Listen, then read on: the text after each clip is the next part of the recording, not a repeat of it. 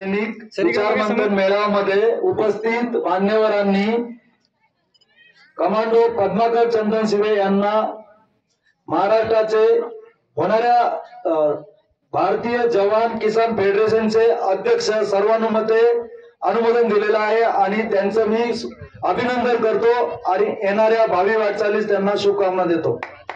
सर्व कमिटीनं महाराष्ट्रातील सर्व सैनिक अर्धसैनिक आणि सर्व इथं आलेले मान्यवर टॉपर यांनी महाराष्ट्र राज्याचं जय जवान जय किसान फेडरेशन अध्यक्षपदी महाराष्ट्र राज्याच्या घोषित केल्याबद्दल मी सर्वांचा आभारी आहे। सर मला त्या पुढे जाऊन असं विचारायचं आहे की आज